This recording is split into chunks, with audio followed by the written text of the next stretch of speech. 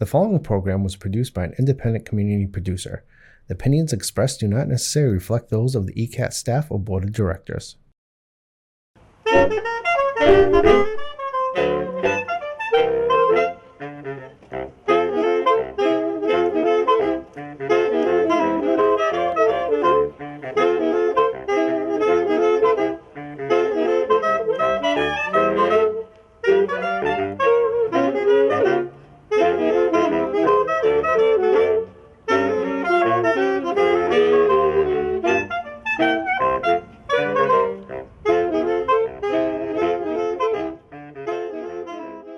My name is Eva Hourigan, and I'm a freshman in college at the University of New Hampshire, and today we're going to be talking about decomposition.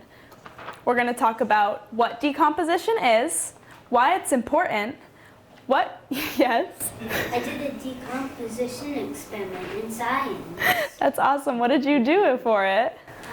So we had to put those 4 bags, we had to put 3 soil in them, and 1 is just empty, and we had to put baby carrots in them, and 1 we poured 15 millimeters of water in it, and on the other bag of soil we put 45 milliliters of water in it, and then the other one was just dry. We had to see which one decomposed the most. Yeah. Yeah. And Jacob told me the ones that the carrots one that were the bags of water decomposed faster. Yeah, that makes sense. Okay, we're also going to talk about the experiments that I did with decomposition. Then, Britt Crow-Miller will read from her book, World of Rot, which is what my presentation is based on.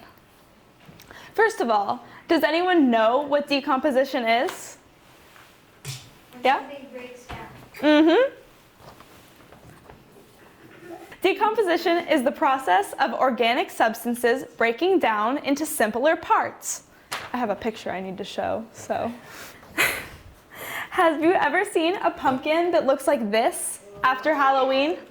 It smiley face pumpkin. It looks like a happy omen. Mm-hmm. Yeah. This is because it's starting to decompose, and it'll eventually break down into nutrient-rich soil. As the pumpkin is exposed to light, and as time passes, the pumpkin begins to decompose. Yeah? The pumpkin is decomposing, and another word for pumpkin that decomposes is they rot. Yes, they rot. Cool. Yeah? And the second observation of my wet composter that I put 45 milliliters of water in it, the second day it was like almost decomposed, and it was like a little fake carrot now. And the photo observation we made on a couple more days after that, the carrot was like completely gone. Yeah, we're going to talk about that with the pepper over there. One of those was in water and one of them was in the air, so we're going to see those up close in a little bit. Okay. Can anyone guess why decomposition is important? Yeah? Because it's good for the plants that use it. Mm-hmm, it is. When it breaks down into soil, it becomes full of nutrients, so new plants that are growing can take it all in. It's especially important because if nothing decomposed, we would just have a bunch of old food everywhere and dead animals, things like that.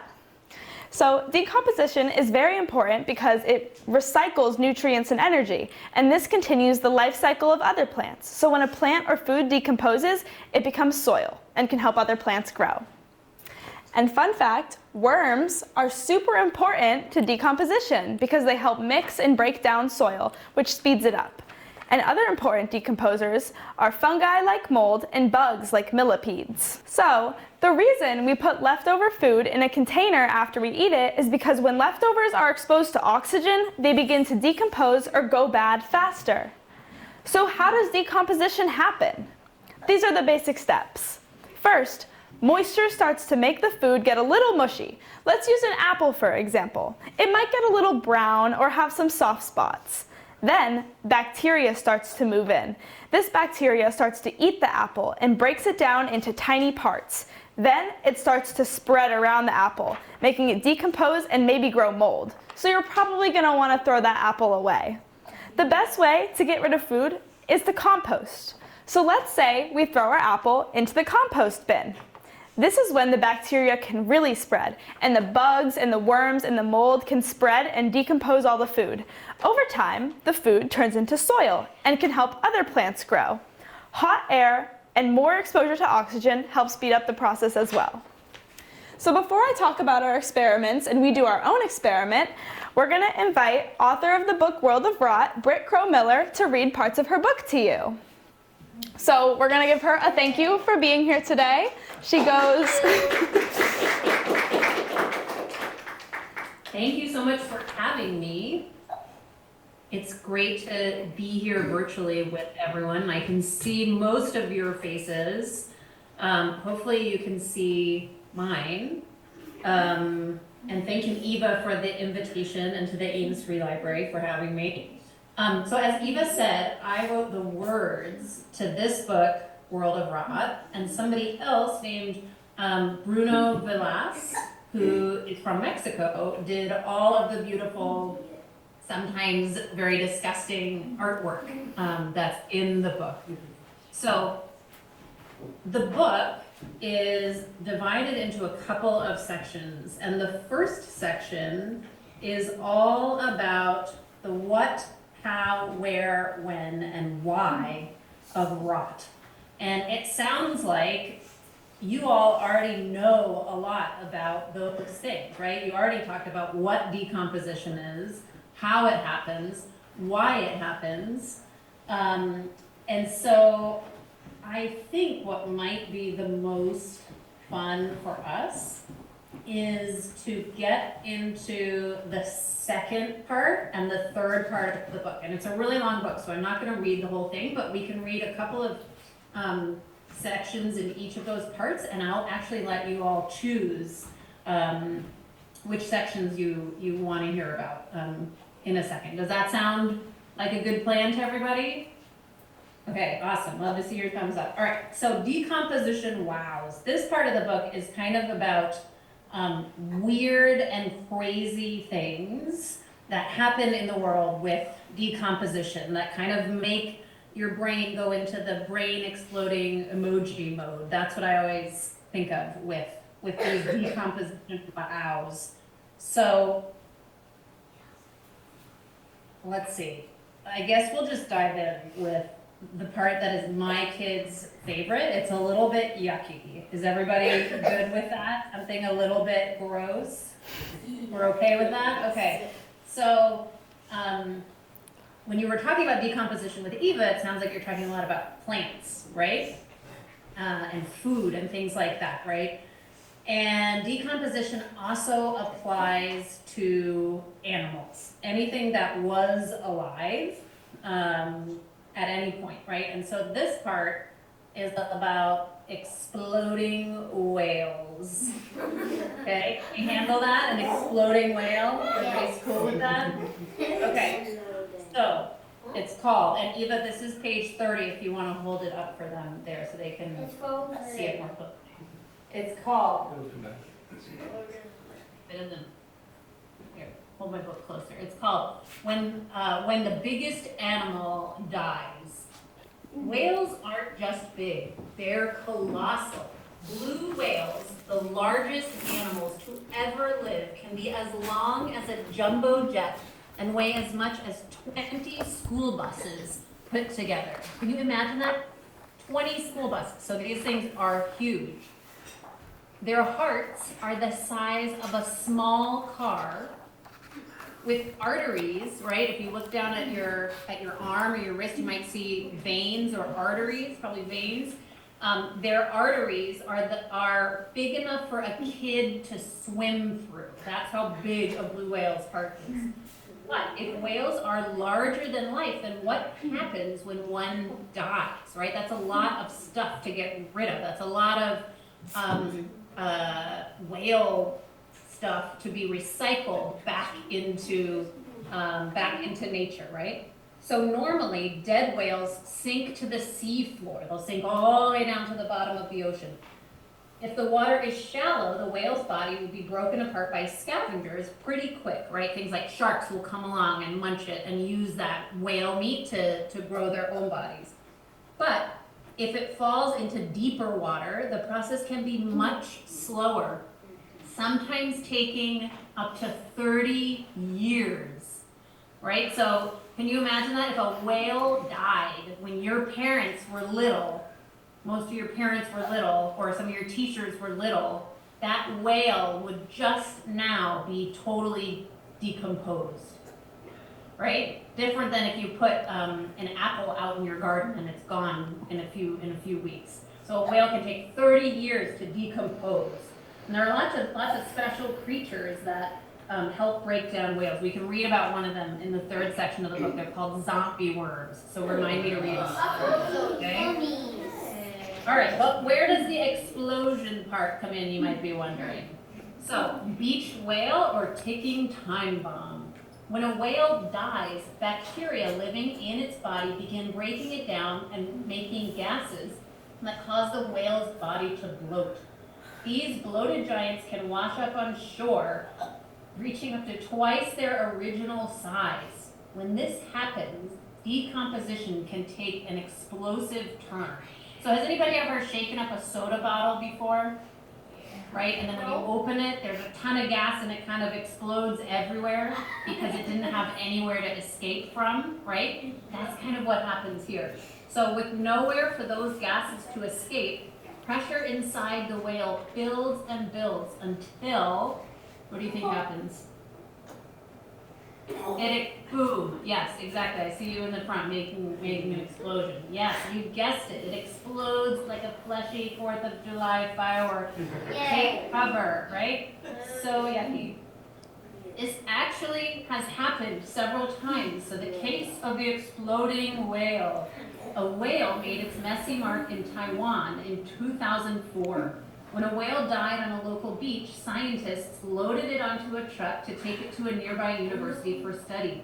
But the decomposition process was already well underway, and the bumps and jiggles of the road were too much for the behemoth to bear. As the truck traveled along crowded city streets, the whale's body exploded, covering shops and people with a shower of blubber and guts. Normal. So that is a case of decomposition happening inside that whale's body, creating all those gases and then having nowhere to go and exploding in real life. All right, so that's the case of the exploding whale. Let's see, what's another really interesting decomposition? Wow. All right, so Eva was talking a little bit about how people compost sometimes. Does anybody compost at home or at school, or has anybody ever seen a compost pot somewhere? I've seen it in Turkey. Usually you put in like old food and things like that, and you wait for it to break down, and then you can add that stuff to your garden, and it helps your soil. So this part, Eva, this is page 32, it's called rotten nests. You might know people who collect their food scraps or yard waste in a backyard compost pile. But did you know that some animals compost too? To make their nest, male Australian brush turkeys collect leaves and decaying matter from the forest floor to build compost mounds the size of a car. So these turkeys in Australia build up big mounds of rotten stuff, and that is their nest. As those nesting materials begin to break down, the mounds heat up from all the work being done by those busy decomposers. Sorry?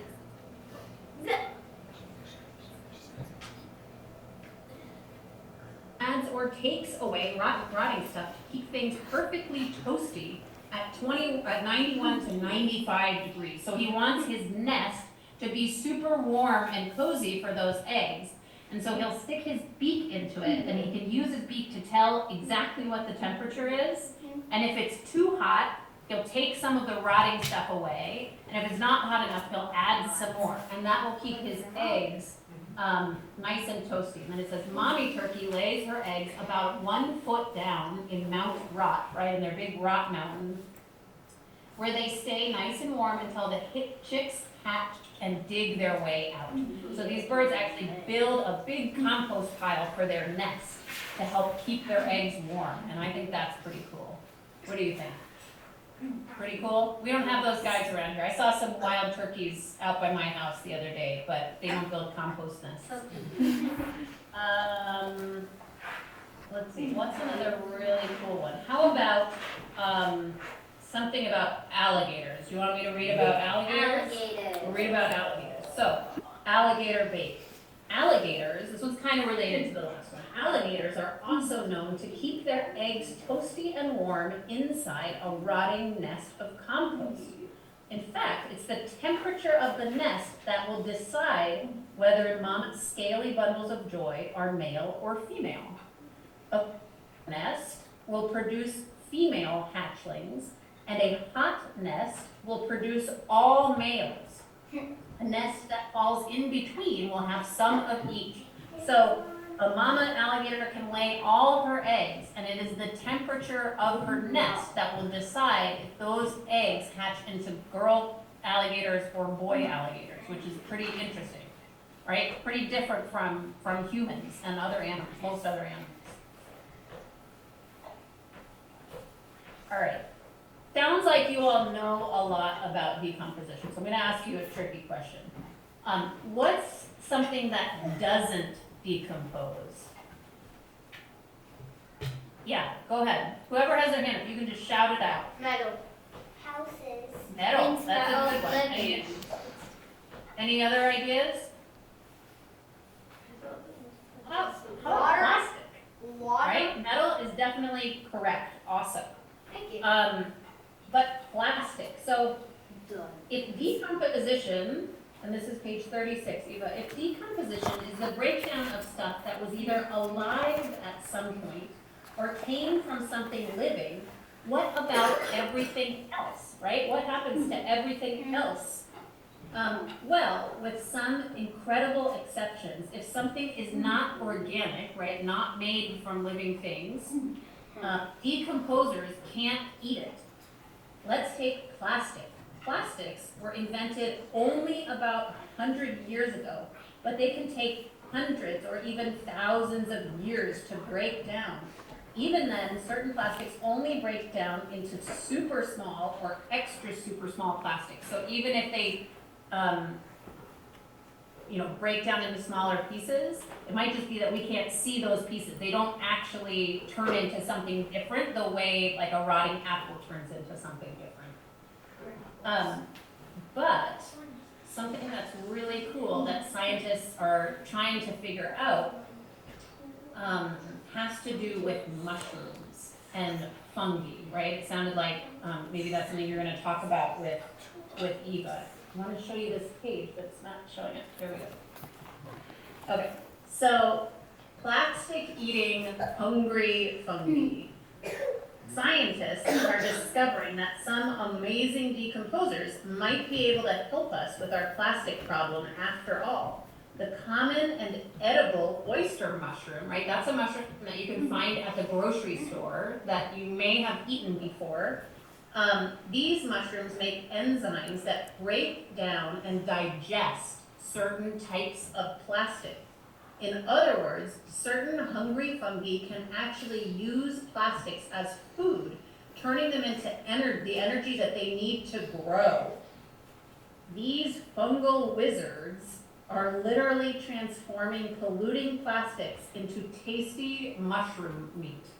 I think that's pretty cool. So scientists are trying to learn from decomposers in nature to figure out how we can find new ways to break down stuff that is causing pollution, like plastic. Right? All right. Why don't we read a little bit from the third part of the book. The third part of the book is called Meet the Decomposers. Let's see if I can Maybe it's you. The pigs decompose. The decomposers.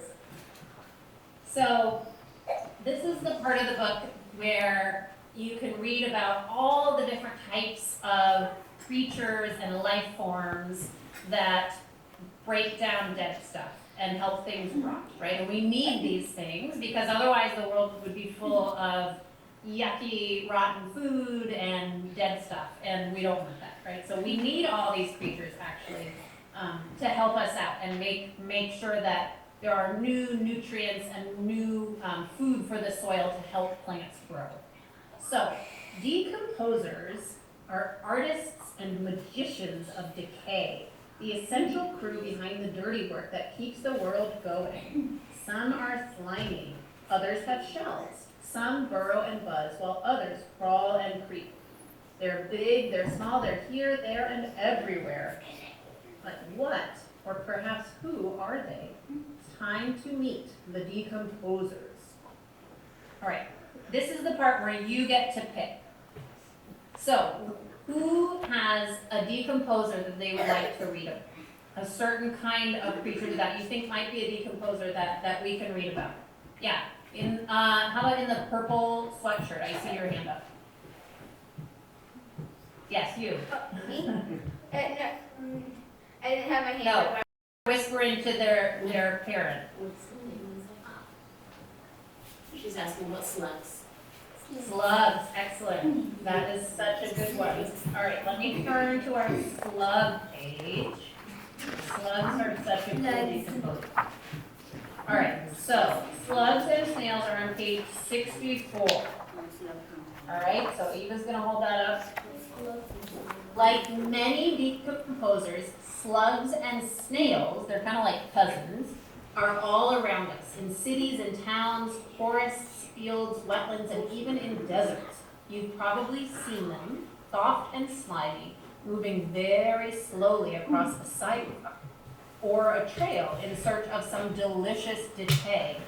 Sometimes we only see what they've left behind, a trail of slime leading out of the garden. Have you ever seen one in a garden? They, slide around in gardens. Both snails and slugs live their lives close to the ground or below ground, and they can be found either snuggling under rocks, logs, tree bark, and fallen leaves, or exploring the upper soil zone of forest floor, so all the way at the top. Some slugs and snails are hunters, or others are even cannibals. That means they eat other slugs and snails. But those that are decomposers have wide-ranging appetites. They're not picky. Some have even been known to consume empty shells, bones, antlers, and rock particles, including those of tombstones. So they eat things, they break things down that a lot of other creatures can't break down.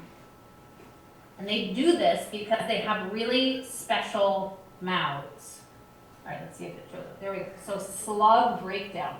Slugs have a tongue-like organ called a radula. This is what's really special about their mouths. It's covered in thousands of tiny teeth. So we have, what do we have as kids? Like 28 teeth, I think. Slugs have basically thousands of teeth. The radula breaks off bits of food and then brings them into their mouths for digestion in a process called rasping. So if we were a slug, we would say, oh, I'm going to rasp that piece of pizza. We wouldn't say, oh, I'm going to eat that piece of pizza, right? That's how they eat, they rasp.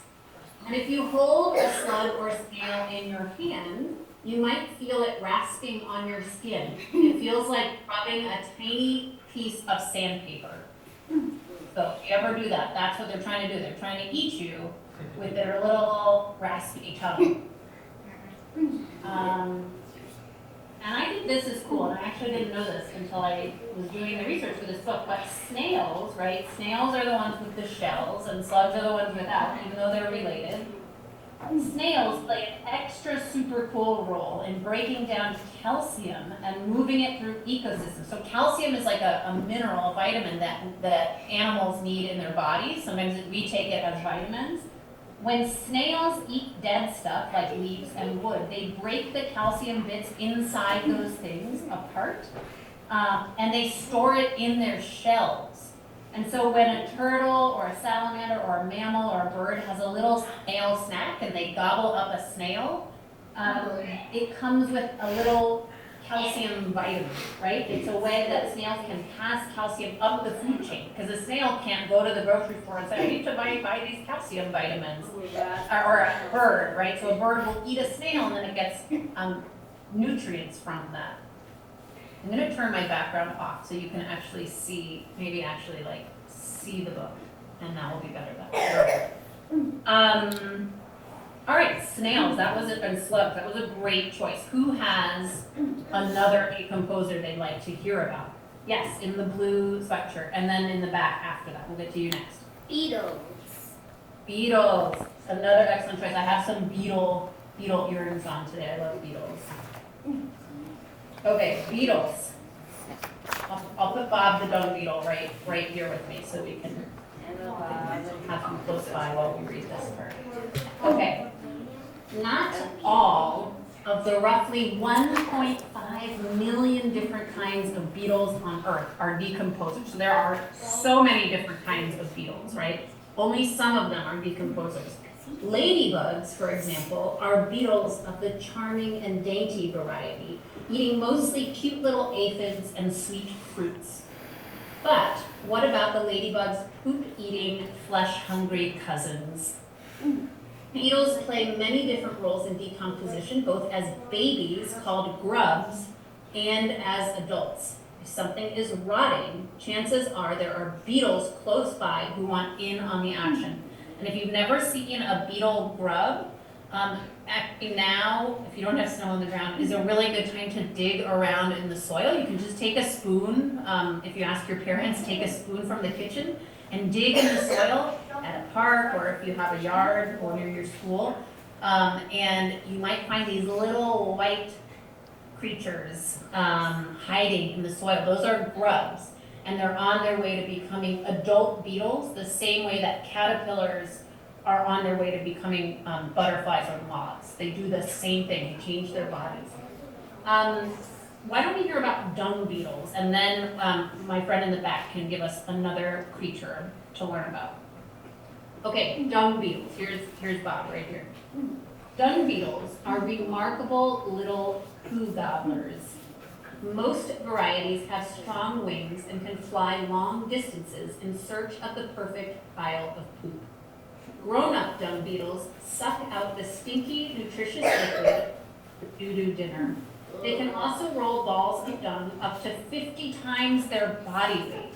That's like a 10-year-old human being moving around a small car. So they are super strong. That's like if we could carry a car on our back, they can carry a giant ball of poop on their back.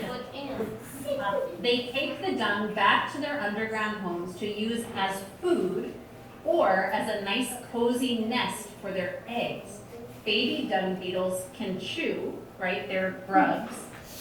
So they can munch on the poop directly rather than just slurping up poop like their parents do. So the grown-ups can't chew or suck out the liquids, right? And again, it's pretty gross for a creature to eat poop, but I'm really glad that they do, because otherwise there would just be a lot of rotten, gross poop laying around. So the dung beetles take care of that, and they clean it up for us and turn it into stuff that nature can use to grow new things. So I think that's pretty cool. All right, my friend in the back, what is your decomposer that you'd like to hear about? Or you can dig Ants? with a shovel. Yeah, ants. Okay, ants, excellent. All right, ants. You might be the first one to ask for ants, so I'm excited to read this one. I like this one. Okay, most of us think of ants as a picnic pest arriving in a leggy line for their share of sweet watermelon and tasty sandwiches. Ants tend to be flexible eaters, munching on whatever they come across, including dead stuff. In fact, ants play a super important role in keeping the environment clean by feeding on dead insects, animals, and other organic waste. An army of ants can reduce a small carcass to bones in a matter of hours. So if something dies, like let's say a little mouse outside in a garden dies, ants can eat all of the flesh off its body very, very quickly, which is pretty interesting. So they're kind of recycling that back into the system. Ants that nest underground also play a role in decomposition by bringing other rot workers like fungi and bacteria down into the soil with them as they dig their elaborate tunnels, right? Has anybody ever seen an ant maze with all their little tunnels? That's what it looks like under the ground where they're living. And ants introduce oxygen, a key ingredient for rot, right? We need air in there for things to rot, and mix up nutrients in the soil as much as earthworms do. So they are actually just as important in terms of bringing oxygen and air into the soil as earthworms, which is very cool, I think. All right, Eva, you tell me, how many do we have time? How many do we have time for? One more, two more. I don't know what else you have. Maybe one or two more, yeah. One or two more. Okay. Does anyone else have something they'd like to hear about? Yes, in the Mario sweatshirt. Go ahead. Bacteria. Bacteria. You all have some good choices today. Okay. Bacteria. And Eva talked about bacteria. It sounds like you guys know about this stuff. So, bacteria are so tiny that it would take more than 25,000 of them lined up in a row to measure the length of a kid's thumb. 25,000, so many. A single pinch of healthy soil can be home to more than 1 billion bacteria of 10,000 different kinds, right? So the soil is full of bacteria. Not all bacteria are bad, okay? Not all bacteria are decomposers, and some can make people and animals very sick, but the rot-loving kind are certainly mighty when it comes to decomposition. These are a very, very important part of decomposition. Bacteria are shaped like spirally twists, spheres, and rods, and they can get nutrients from pretty much everything imaginable. Wherever bacteria find themselves living, whether on decaying remains of an animal, on a slab of Arctic ice, inside your body, or at the bottom of the ocean, chances are they'll be able to make an enzyme or a special chemical to digest what needs digesting. And this is a pelican covered in oil, right? Some oil has spilled on him. Some bacteria can break down dangerous pollutants like pesticides, herbicides, and heavy metals. Oil-eating bacteria are even used to help clean up oil spills. That's pretty cool. All right, why don't I read one very last one? Oh, the zombie worms. I'll read the zombie worms. Yes. It sounds like you all are going to do an experiment. Okay. Marine worms. Not all worms live in the soil. In fact, marine worms are among the most common animals in the salty seas. So these are worms that live in the ocean. Polychaetes, that's what they're called, are a family of about 10,000 different kinds of ocean worms whose bodies are covered in tiny hair-like bristles. And then here are the zombie worms that I mentioned when we were talking about whales. So zombie worms, no longer than your pointer finger, have no mouth or stomach, and yet they specialize in breaking down enormous bones, including the bones of whales, right? So the largest... Sorry, guys.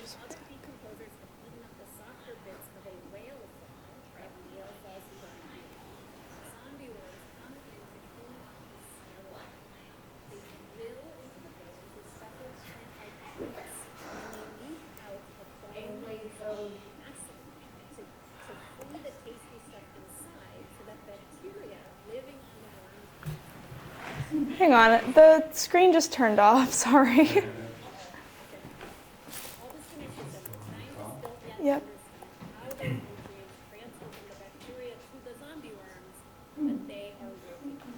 Oh my goodness. Different codes. I'm done reading, so it's okay if it's turned off. Okay. I can just say,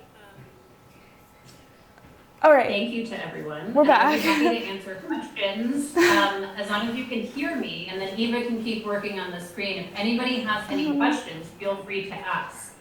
I can see you, so if you raise your hand, I see you, yeah, in the back. You have a question, go ahead. No. Oh, no question, okay, that's fine too. Any questions at all? Now I'm just a voice, come back to you, go ahead. Well, what's your favorite animal? What's my favorite animal? That is a great question. That's kind of a hard question because there are so many cool ones. I think if I had to pick from decomposers, I really like roly-polies because you can find them all the time around here, and they're actually similar to kangaroos in a way because they have little pouches that they keep their babies in, called a marsupial. So I think that's pretty cool. And yeah, so I like roly-polies. Yeah, I think that would be my pick. And the blue sweatshirt, go ahead. What bug is your earring? What bug is my earring? Good question. This is a green beetle. I forget what species it is though. It's some kind of green jewel beetle. And when I bought it, the person who made it had the species name on it. It had like the name of the type of beetle it is on it, and I can't remember what it is. So it's some kind of green beetle. Yeah, and I like beetles a lot too. Any other questions? Yeah, we have one over there. Go ahead. Yeah. Is that a wolf stuffy you have? I just am in the middle of reading a book about a wolf. And it's really good. I'm reading it with my son, who is 6. It's called A Wolf Named Fire. I recommend it. Does your wolf have a name? No, okay. Yes, in the blue. Who first discovered decomposition? Ooh, good question. I bet that the earliest humans and our human ancestors who came before humans noticed that things rot. I bet that they learned a lot and knew a lot about how things rot. One of the things that's in the book that I didn't read about is how, when things rot, they sometimes smell bad, right? And so humans and other animals have it in their brains to stay away from certain things that smell bad because we know that they might be dangerous or they might make us sick. So I bet cave dwelling people and our ancient human ancestors figured that stuff out pretty early on. I don't know which scientists first started writing about decomposition, but that's a really interesting question. I'm sure there's an answer out there to it. My friend in the bluey shirt. How do things rot? Could you say that one again? How do things rot? How do things rot? Yeah, they rot in a lot of different ways. So in one part of the book, it's called Recipe for Rot on page 9. It talks about the key things, the really important things that you need to make things rot. One of them is stuff that was alive or came from something living, right? So it could be like a leaf, could be a piece of fruit, could be a piece of bread, or fur or hair or things like that. You need air, right? So you need oxygen. You need moisture, right? And it sounds like you discovered that with your carrot experiment, right? That the carrots that had water in them rotted faster than the carrots that didn't have water in them, with them. You need decomposers of some kind. right? And most decomposers like it if it's not too hot, but also not too cold. So if you have all of those things, then things start to break down into different pieces, right? So if you think, I've been showing this to everyone, maybe you can't see it. Can you see that? Or is the screen still not on? It's back, but it's right now frozen. Okay. Oh, there we go. Well, It's back. That's kind of how things break down. So they start breaking down into all of the pieces that made them up before. Maybe there was water, you know, and other things in there. There are some experiments at the back of the book that you can play around with too to help explore that question. All right, last question for my friend in the blue. In this game called Animal Crossing, if you drop a turnip and then it stays there for a long time, then it will become a rotten turnip and it will attract ants. Oh, I like it. So they've even thought about decomposition in Animal Crossing. Perfect, because it's true that if we didn't have decomposition, we would actually not have any plants at all in the whole world. I left So a turnip. it's really important. I'm glad that Animal Crossing worked that in. I left a turnip to rot, and then it attracted ants, and I caught one and donated it to the museum. Perfect. My kids like that game too. And they also grab their cakes to collect sugar, which they find. Cool. And then they go back. All right. Well, it sounds like, Eva, you all are going to do an experiment, right? Yeah, it's the banana one. The banana experiment. Excellent. Well, I will leave you to do your banana experiment. I know I can't be there today, but what I just thought of that might be fun is I have some bookmarks from the book that I can mail to your library. And if you come in, maybe in like a week, and say, hey, I was at the World of Rod event with Britt, do you have bookmarks she sent? Maybe the lovely librarians there will have those bookmarks for you. Does that sound good? Yeah, that would be amazing. Nice.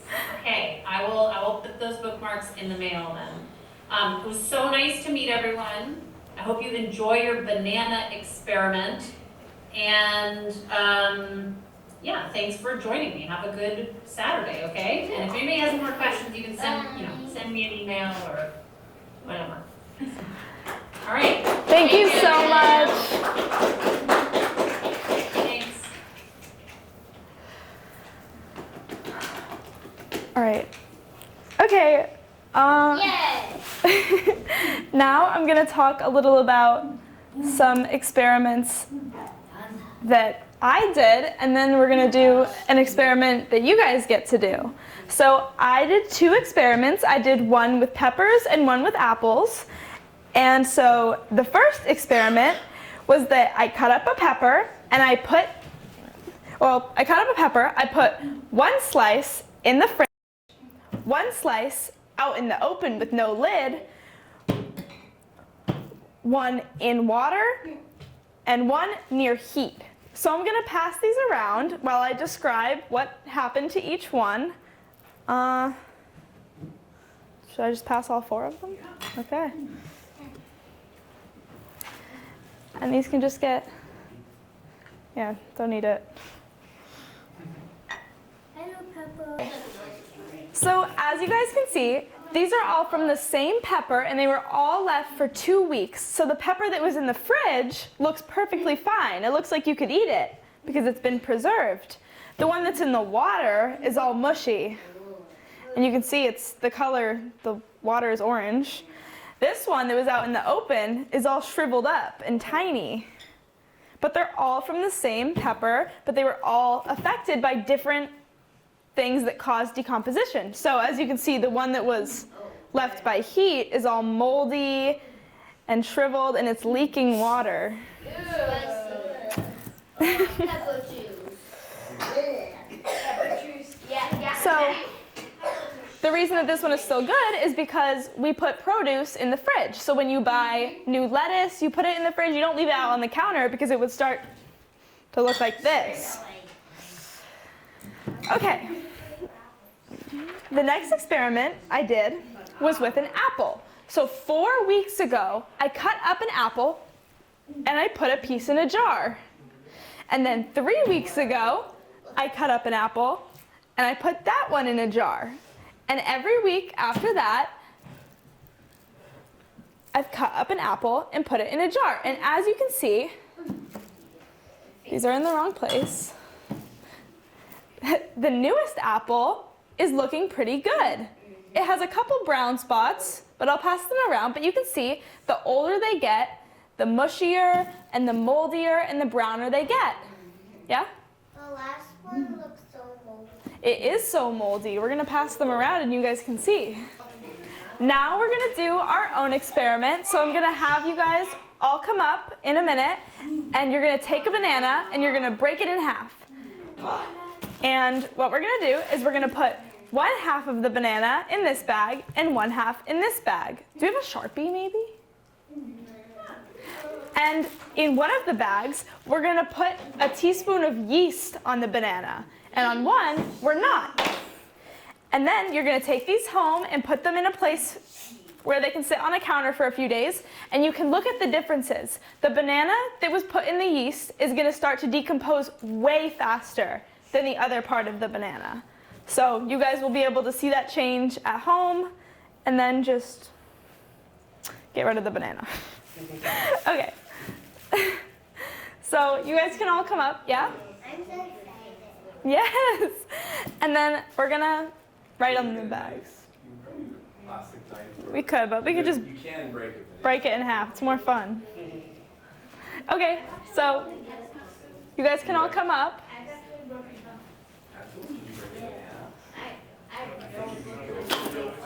Okay.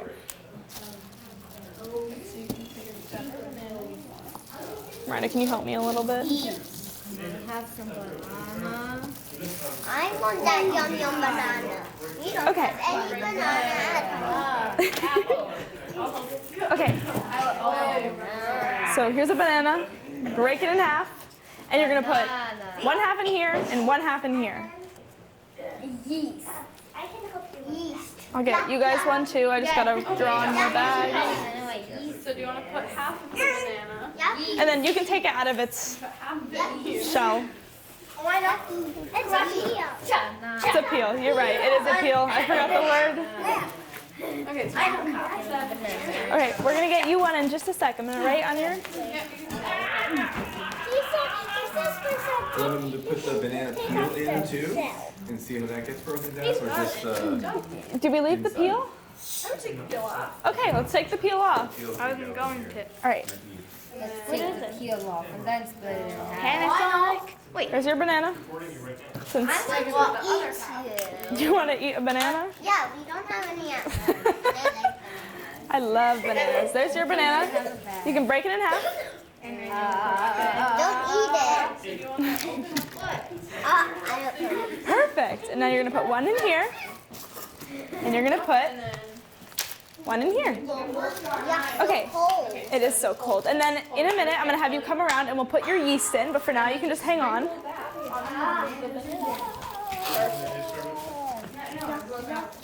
It's my, behold, my microphone to watch this. I need a container for my watching right now. Sorry, can't be my. We'll put 1/2 in here. No, I can't call you right now. The other half in here. No, Ugh, it's mushy. Because the bags Can I have the bag now? Because the bags are just close. They will much faster. It will be smushed much faster. Put them in here right now. Okay. Banana. 1/2. Sorry, I'll get you your bananas. Can I put the yeast in? Yeah. Yeast. There you go. So put it in the one that says yeast. Thank you.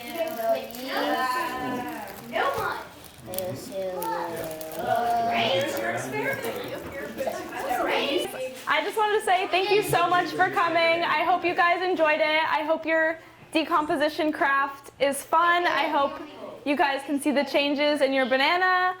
And I hope you guys learned about decomposition.